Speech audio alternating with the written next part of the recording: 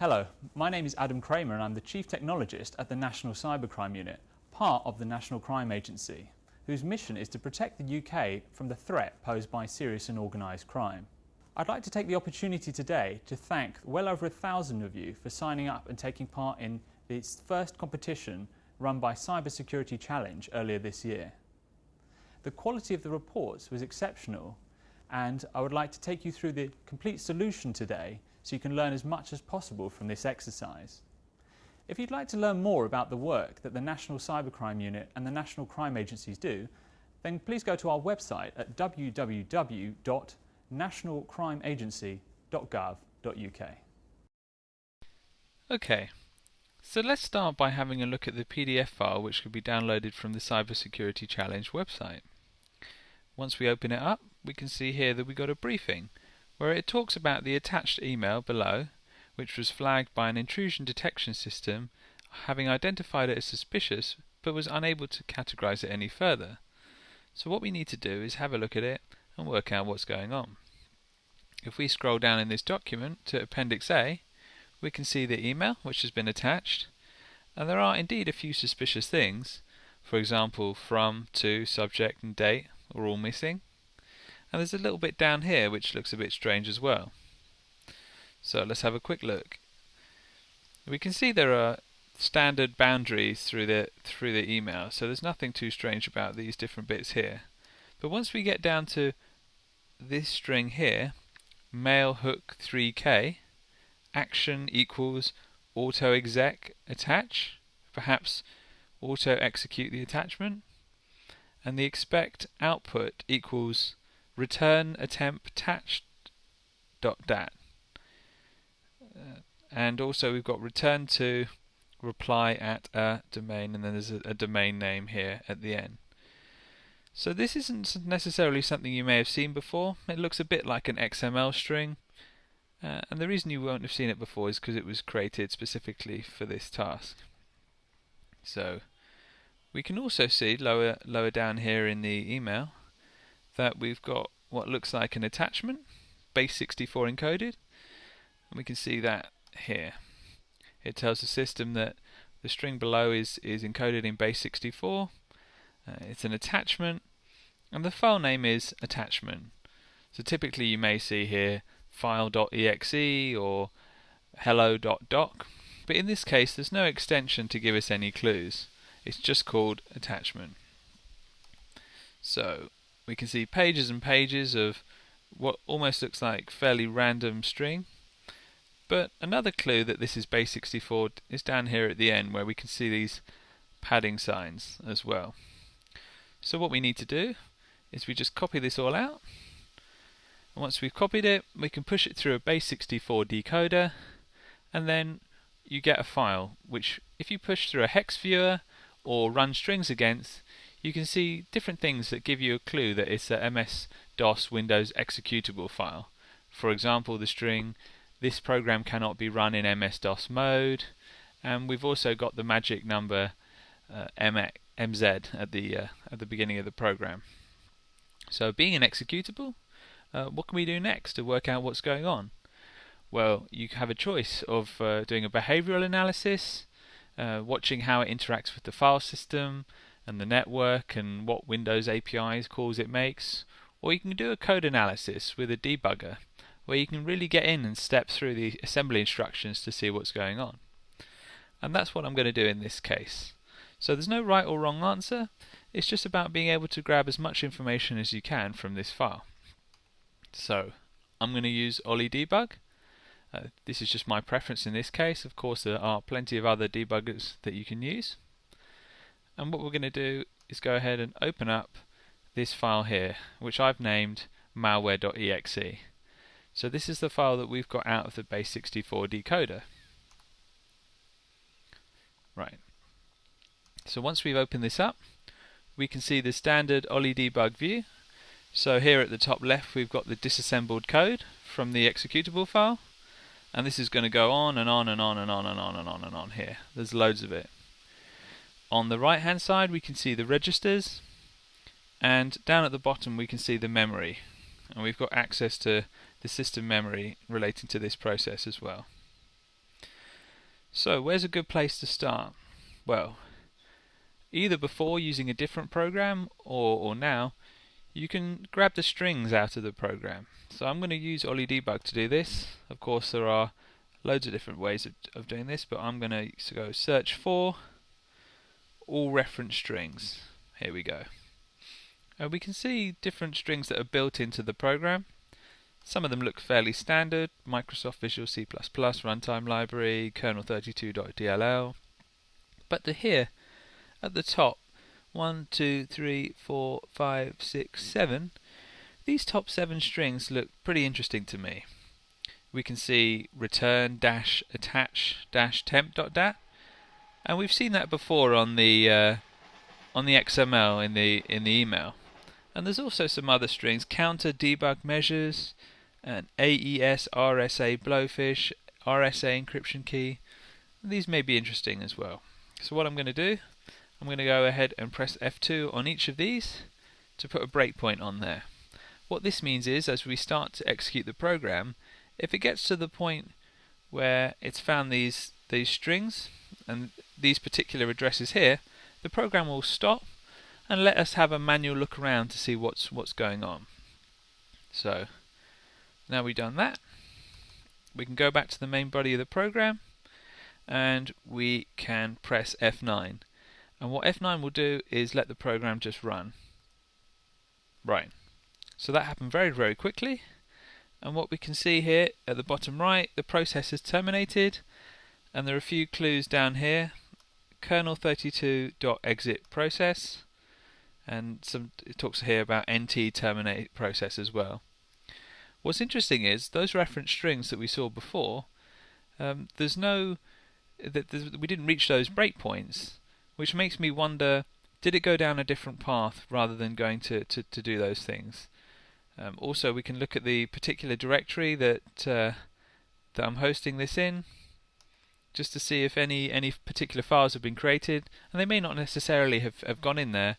But if you did behavioural analysis as well, you'll have noticed no particular files of interest will have been created. So here we can just see the PDF, the exe, and the shortcut to Ollie Debug. So what I'm going to do is just restart the program. Okay, and what we can do is start stepping through it a little bit slower this time. So we're going to use F8 rather than just running the program. We're going to use F8 to step over the different commands one by one, and to find the point just before the one that causes the program to terminate. Then we can step into that and have a look around. Now, this can take a little bit of time, and luckily I've done this before, so I know the point where it's going to immediately terminate, and that is this one here.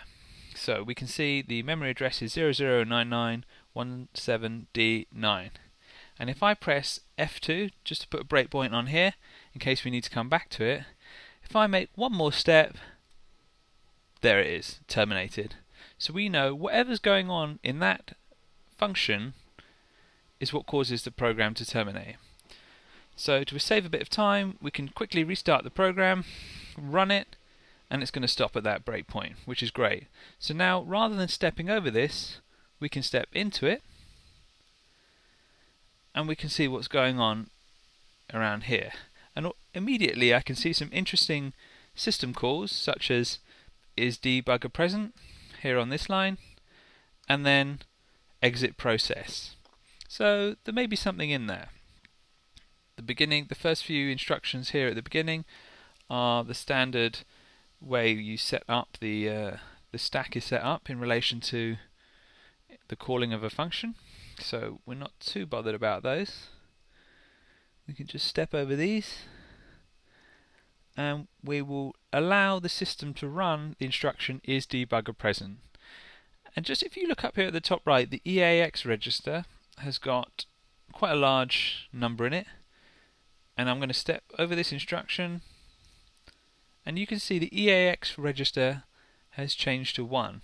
Of course, this is the register where the output is often stored when a particular system call or function is run. So this indicates that is debugger present has put 1 into the EAX register. And if you have a look on the MSDN website in relation to this specific function, you'll see that what it does is it returns true if there's a debugger running, and in this case Ollie debug is the disassembler that's running. It detects that the program is being run in this environment, and then it's putting a 1 in there.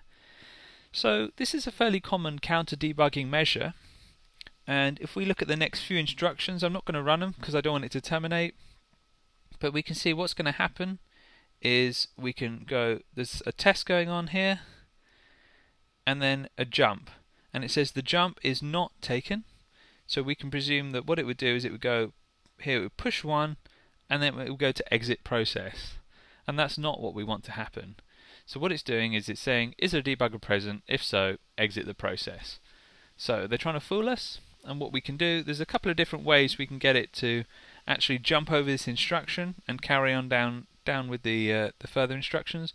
One being, earlier on we could change the EAX register or whatever flag this particular thing is looking at.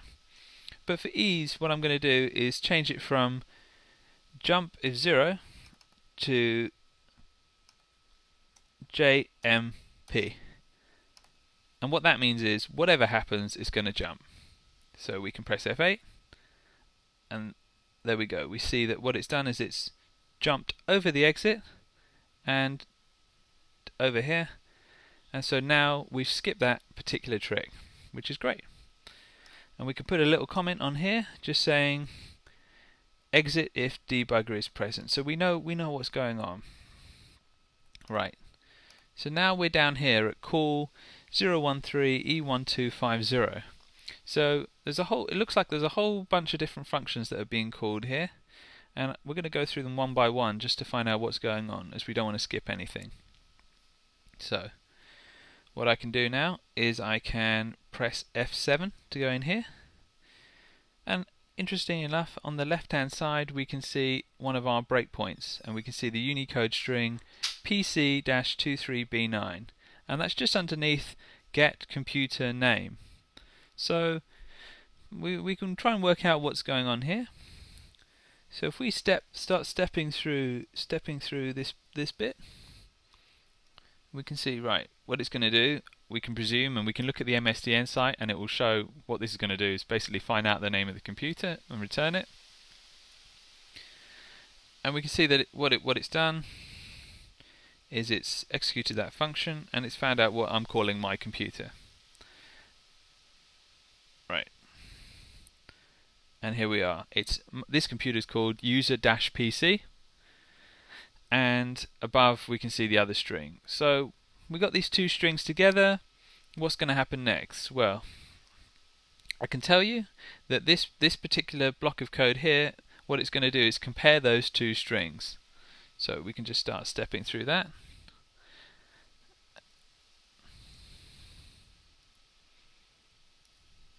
Right, and we've got to another jump here, and warning sign exit process is down here as well. And we can see at the bottom left, jump is not taken. So if I was to step over a couple more times, what it would do is push that on and then exit the process, which we don't want to happen. So what I'm going to do again is just change this instruction to JMP, and we can skip over the exit process system call there. So why was it going to exit the process? Well, what it's doing is it's comparing the computer name to this particular string up here, and as it is not the same, it exits the process. So we can perhaps consider that this is a specifically targeted piece of code that's only going to run on a specific computer. So we had two options here. We could either do what I've just done, or we could change the name of the computer. Either way, that's what you need to do to get to the next steps of the program. And we can see the return here, and we're back to the main body of the program. So what I'm going to do, I'm just going to put a little comment on here saying check computer name exit if incorrect, just so we can keep tabs on what's going on. Right, so we've tackled the first one. So there's two problems we've done: the debugger, the counter debugging measures, and also checking what the computer name is. So let's have a look at the next function. We step in, and again we can see a breakpoint and the AESRSA blowfish string. Well, this doesn't really make an awful lot of sense, but let's have a look at what's going on. So we can start stepping through the program.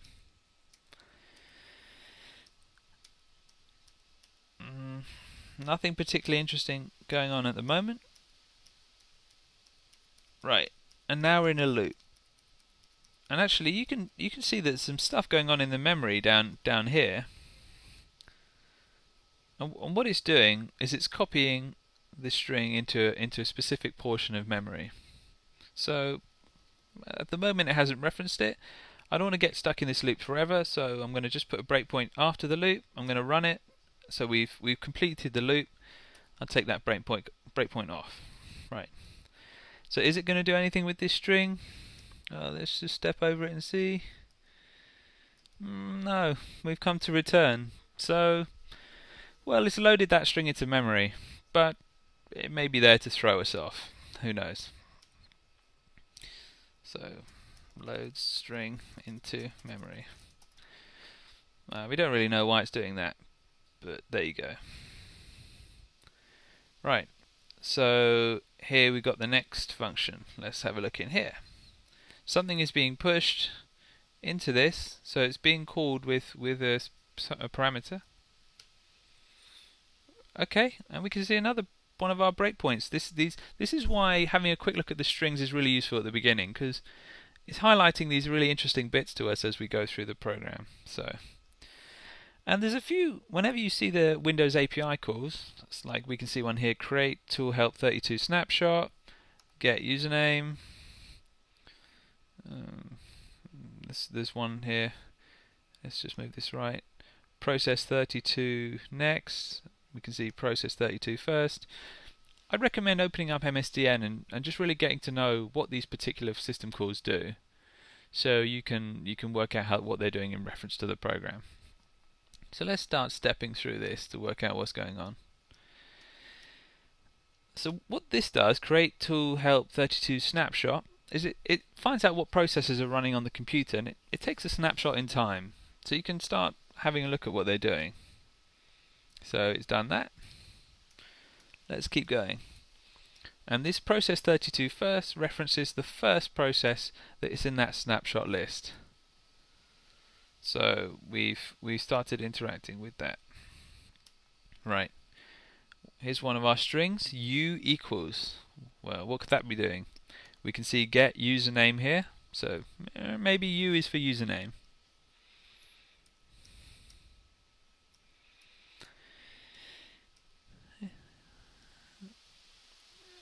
Yep.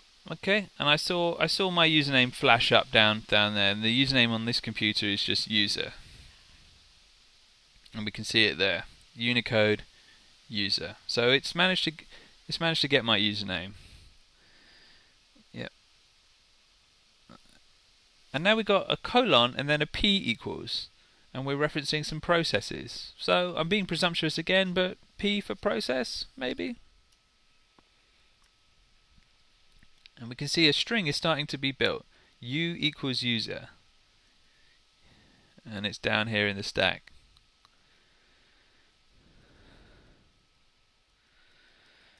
Let's keep stepping through. And you can see up here system. And if we look at our process list, the first one is called system.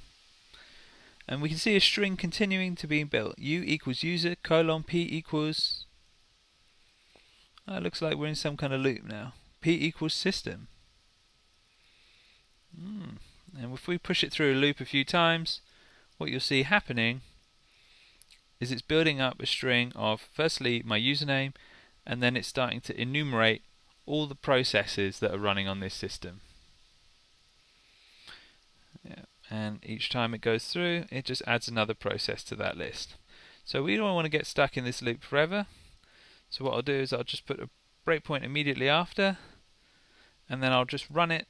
So we're out of that loop now, so I can take that breakpoint off. And what we're going to do is we are going to go back to the main body. So we know what this does.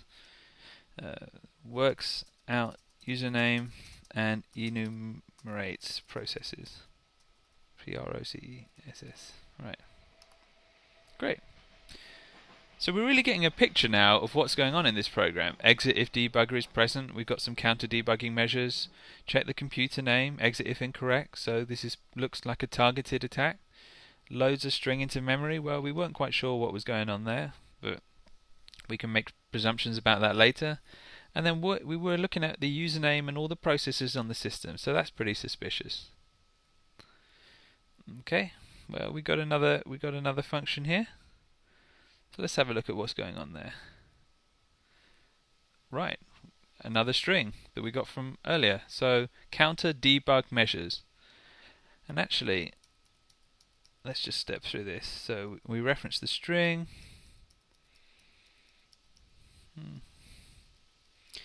Oh, and this looks very similar to the one we saw before. So it's just manipulating the memory. And we don't want to go into that too much, so I'll just put a breakpoint on the outside, skip out, take that breakpoint off. Is it going to do with anything? Anything with what it's just done there? No. It looks like we're returning. So, looks like it's loading another string into memory. So we don't want to make too many guesses, but potentially this could be there to try and throw us off the scent. Counter debug measures looks a bit weird. So, right. So here we are, push, something's being pushed in before we call this next function. So let's have a look. And we're getting pretty near the end. You can see here the return, and as we know, after this function it was going to jump straight back out, and before this is where it terminated. So we're getting through these functions. Right, this looks pretty complicated. There's loads of references to these different bits and offsets, etc. So let's try and step through and work out what's going on here. Nice and slowly. If we scroll down, we can see if there's any system calls referenced. Well, yeah. Here we can see another breakpoint. Return dash attach dash temp. The create file, Windows System API call, write file, close handle. So it looks to me like the system's getting ready to write something to a file. Well, that's good.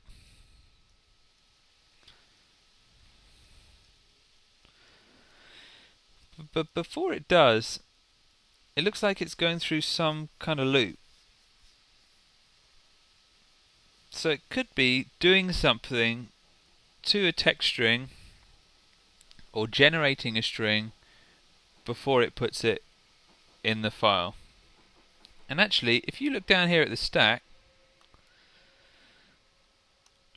you can see there's some changes going on.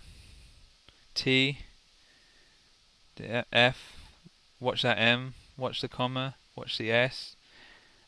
And what it looks like is it is changing what it captured from the U equals username and then P equals processes.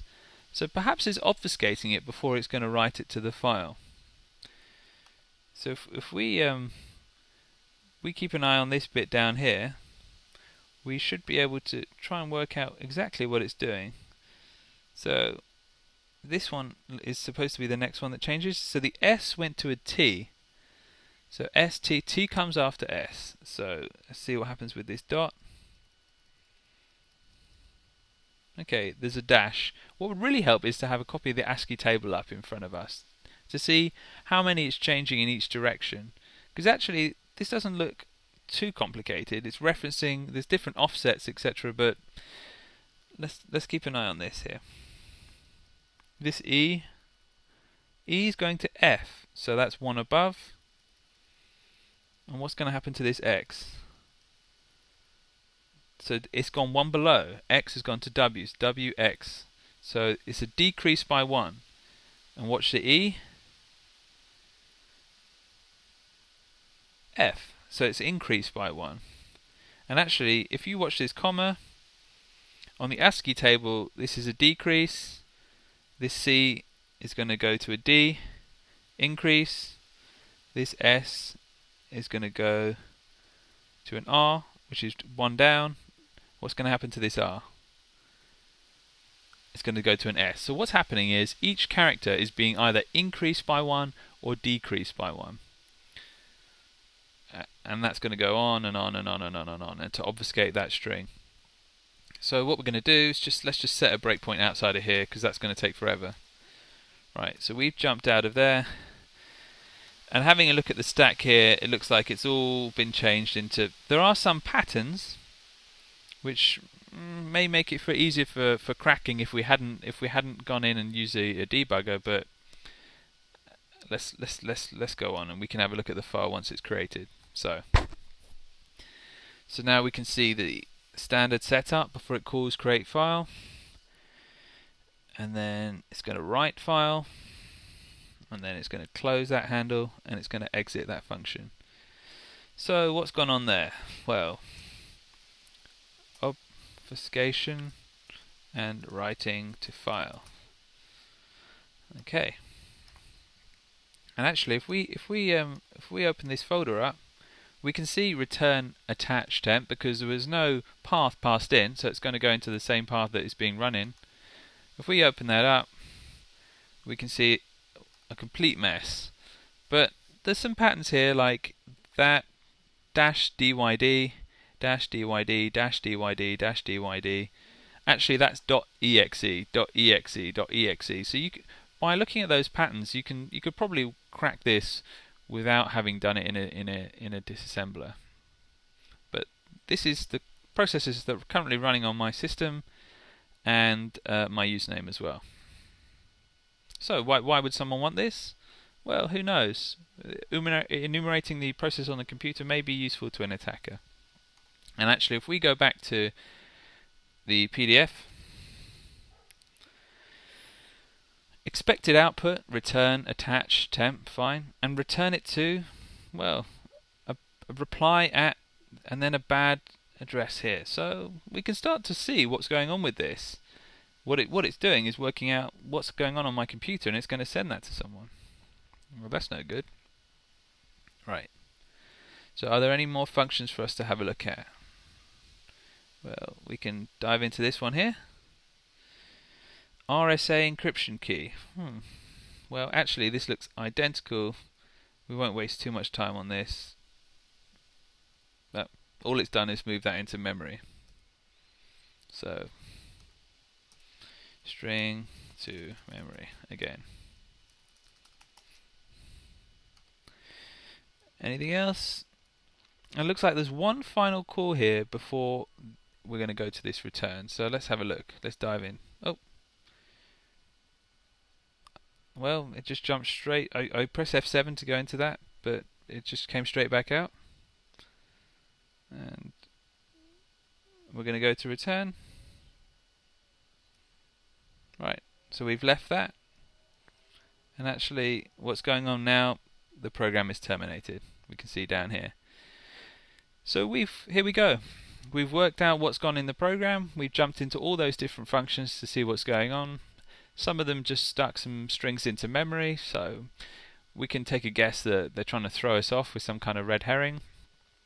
And yeah, basically what it's done is worked out if there's a debugger present. If there is, then just terminate the process to stop us trying to do this. So we overcame that. Just make sure what the computer name is to ensure this is a targeted attack, so we can perhaps presume that there's whatever that specific computer name was is the one that's at risk. And maybe when we're looking at advising how to tidy this up, we could try and find a computer with that specific name, and then go ahead and find the username of the computer and all the processes on it, put that together in a string, obfuscate it, write it to a file, and then terminate. Okay, so all we need to do now is take all those facts and get it down on a bit of paper. So write it up into a nice report which clearly explains the flow of the program, what's gone on, what action we've taken, and if there's any threat mitigation advice of what you would do to secure the system that's potentially compromised with this and prevent something like this happening again. So, I think that's all.